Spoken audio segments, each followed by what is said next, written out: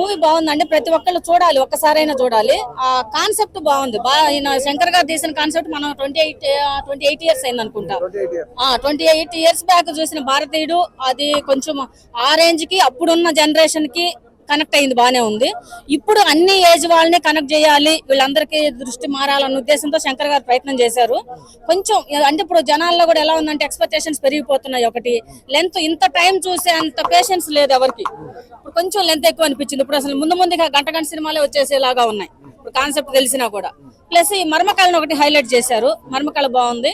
కొన్ని చోట్ల ఎక్కడన్నా కొంచెం ఈ ఏజ్ లో, ఎందుకంటే కమల్ హాసన్ గారి ఏజ్ మనకు తెలుసు, ఈ ఏజ్ లో ఈయనే చేశారా అనే ఆలోచించేలాగా అనిపించింది కొన్ని చోట్ల. కానీ ఓవరాల్ గా మాత్రం అందరూ చూడాల్సింది. బాగుంది. వచ్చింది బయట రుణాల దగ్గర వచ్చింది, హోటల్ ఫుడ్ గురించి వచ్చింది, క్వాలిటీ. మనం గతంలో కూడా ఫుడ్ గురించి మనం చూసాం. చాలా మంది ఎగ్గొడుతున్నారు నిజం చెప్పాలంటే. విజయ్ మాల్యానే టార్గెట్ గా అన్ని సినిమాలు అది ఆ సీన్ వచ్చిందంటే ఆయన గుర్తొస్తారు వాస్తవానికి. ఇంకా అలాంటి వాళ్ళు చాలా మంది ఉన్నారు. కానీ హోటల్స్ ఫుడ్ అయితే హైదరాబాద్ వ్యాప్తంగా కూడా తనిఖీలు జరుగుతున్నాయి. నిజంగానే ఆ సీన్స్ ఎక్కడైనా కనిపించినాయండి. ఫుడ్ గురించి మాత్రం నిజంగా కేర్ గా ఉండాలి, నీట్ గా ఉండాలి. మనం చూస్తున్నాం కూడా కొన్ని చోట్ల చూస్తే ఫుడ్ బయట తినాలంటే చాలా మంది భయపడిపోతున్నారు ఇప్పుడు. అలానే పైన స్ట్రీట్ ఫుడ్ కి అలవాటు పడ్డారు. స్ట్రీట్ ఫుడ్ నీట్ గా ఉంటుంది నిజం చెప్పాలంటే. పెద్ద పెద్ద రెస్టారెంట్ లో ఫుడ్ ఏమో స్టాక్ పెట్టి తీసిస్తున్నారు. ఇది మార్నింగ్ నుంచి ఈవినింగ్ లోపు అయిపోతుంది. స్ట్రీట్ ఫుడ్ ఫ్రెష్ గా కూడా ఉంటుంది. చాలా సాఫ్ట్వేర్ ఎంప్లాయీస్ కూడా ఈవెన్ లక్షలు సంపాదించే వాళ్ళు కూడా ఈ ఫుడ్ తినడానికి ఇష్టపడుతున్నారు. ఇక్కడ పిల్లలు చూడాలా, పెద్దవాళ్ళు చూడాలా, యూత్ చూడాలా, లేదంటే ఓటున్న ప్రతి ఒక్కళ్ళు చూడాలి? ఓటుకి దీనికి సంబంధం లేదు. అందరూ చూపించారులే, కానీ ఓటు వేసే వాళ్ళు ఎలాగో అందరికి తెలిసిన విషయమే. ఓటు వేసే వాళ్ళు కూడా చూస్తారు. ఇప్పుడు ఏముంది, 18 ఇయర్స్ దాటితే ఓటు ఉంది కదా అందరికి. కానీ చిన్నపిల్లల దగ్గర నుంచి కూడా చూడాలి. ఎందుకంటే మనం ఎక్కడంటే మన ఇంట్లో నుంచే మార్పు రావాలి అనేది మెయిన్ కాన్సెప్ట్. ఏదైనా అన్యాయం జరిగినప్పుడు మనం కూడా మన పిల్లల్ని అలానే కొంచెం బాధ్యతగా, సమాజం మీద బాధ్యతగా పెంచాలి. రైట్. ఇప్పుడు 28 ఇయర్స్ బ్యాక్ వచ్చింది భారతీయుడు 1 వచ్చింది, భారతీయుడు 2 ఇప్పుడు వచ్చింది 28 ఏళ్ళ తర్వాత. ఇది ఎక్కుద్దా జనాలకు? అసలు ఎక్కుద్ది. ఎక్కేలాగా చేయాలనే శంకర్ గారు ప్రయత్నం చేశారు. పిల్లల్ని కూడా రీచ్ అవ్వాలని కొంచెం చోట స్కేటింగ్ పెట్టి ఆయన మీద సింగిల్ వీల్ మీద ఆయన లెంత్ అదే కొంచెం ఇబ్బంది కాదు. ఆ ఏజ్ లో ఆయన చేశారా అన్నట్టుగా అనిపించింది. కొన్ని చోట్ల మాత్రం అంత లెంత్ అవసరం లేదు, కానీ అది జస్ట్ ఒక ఎస్కేప్ అవడం కోసమే వాడుకుంటే సరిపోయేది. ఆ సీన్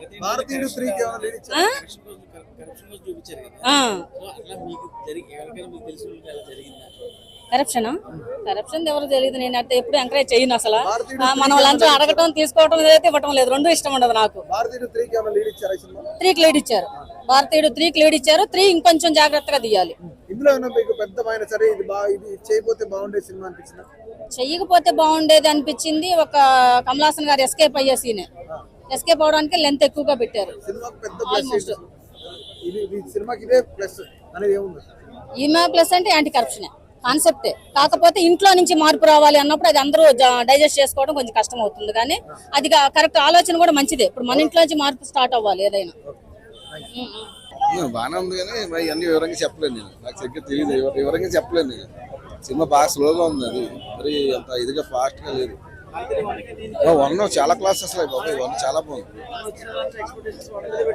1 నెంబర్ 1. ఇది నెంబర్ 2 మాత్రం పెద్దగా ఏం లేదు. సిద్ధార్థ ఏదో తీసాడు, కానీ అంత ఫాస్ట్ గా లేదు.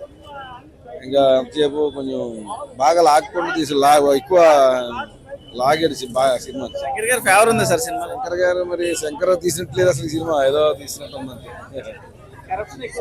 కరెక్షన్ అది చూపించడు, కానీ మరి అది మామూలుగా మనలో చూపించినట్టే చూపించాడు. మరీ పెద్ద ఎక్కువ చూపించలే. ఒక్కదాన్ని తీసుకొచ్చి లాగి ఒక అమ్మాయి పడిపోతుంది, దాన్ని 3 సార్లు తీసుకెళ్లి చూపించాడు. ఎందుకు అంతలా చూపించక్కలద్దు. భారతీయుడు 2 సినిమా చూడడం జరిగింది. 1996లో భారతీయుడు సినిమా వచ్చింది. అప్పుడు నా వయసు 4.5 సంవత్సరాలు అప్రాక్సిమేట్లీ. పలుమార్లు టీవీలో కానీ టీవీలో కానీ చూడడం జరిగింది. ఏఆర్ రెహమాన్ గారి మ్యూజిక్ మంచి ఇంపాక్ట్ ఉంటుంది అందులో. దానికి తోడు కమల్ హాసన్ గారి నటన చాలా బాగుంటుంది. కానీ భారతీయుడు 2 వచ్చిన తర్వాత ఆ ఇంపాక్ట్, ఆ తర్వాత మ్యూజిక్, ఆ లుక్స్ అన్నీ కూడా దెబ్బేస్తుంది సినిమాలో. ఓవరాల్గా చూసుకుంటే సినిమా నాకైతే నచ్చలేదు. నాతో పాటు థియేటర్లో కూర్చి చూసిన వాళ్ళు ప్రతి ఒక్కరు కూడా చాలా డిసప్పాయింట్ అయిపోయారు సినిమాని చూసి. ఎందుకంటే శంకర్ గారు తీయవలసిన సినిమా కాదు ఇంక ఇది అని అంటున్నారు. అదే చాలా మంది నన్ను అడిగారు, అన్న ఈ సినిమా మరి మన గేమ్ చేంజర్ మీద ఏమైనా ఇంపాక్ట్ పడుతుందా అని అడిగినారు. పడొచ్చు పడకపోవచ్చు. ఎందుకంటే ఆ స్టోరీ ఈ స్టోరీ వేరే. అంటే ఒక డైరెక్టర్కి ఒక సినిమా తర్వాత రిలీజ్ అవుతుందంటే ముందు సినిమా హిట్ అయితే తర్వాత సినిమా ఇంకా బాగుంటుంది అని ఆలోచన ఉంటుంది. ఈ సినిమా ఫ్లాప్ అయిపోయింది ఏకంగా, ఎవరు కూడా కదా ఫ్లాప్ అయిపోయినట్టు. ఇది మరి దాని మీద పడుతుందో లేదన్నది ఇంకా తర్వాత ప్రేక్షకులు చెప్తారు. కాబట్టి ఈ భారతీయుడు 2 అనే సినిమా చాలా వరకు చాలా మంది చాలా వర్గాల వారిని చాలా డిసప్పాయింట్ చేసింది. అందులో నేను ఒకనే.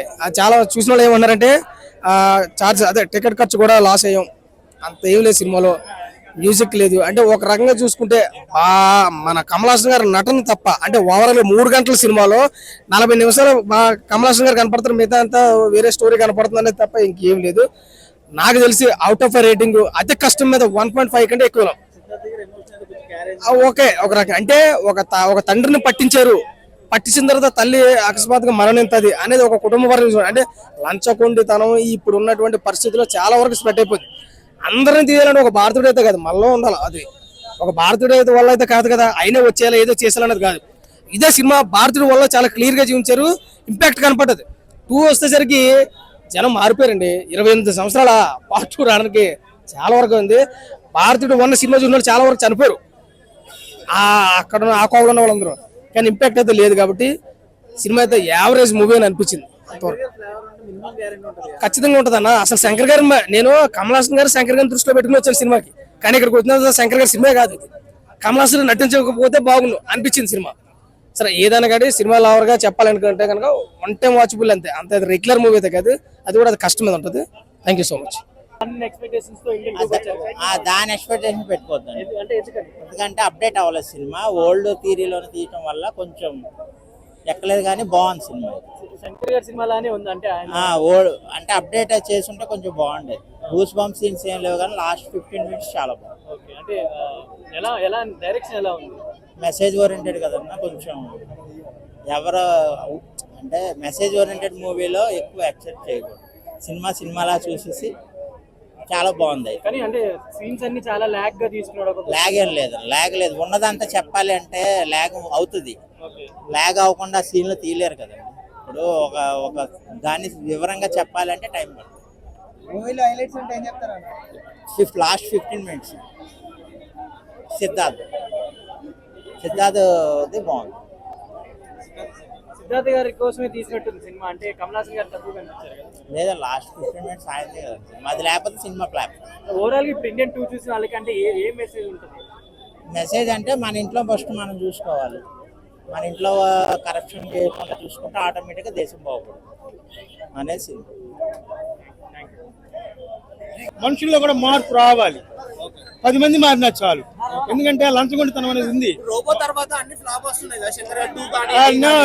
మీరు అలా అంటే లేదు, కన్ఫామ్ గా హిట్ సినిమా ఇది. ఫ్లాప్ అనే వర్డ్ లేదు, ఊహించకండి కూడా అది. ఓకేనా? గుడ్.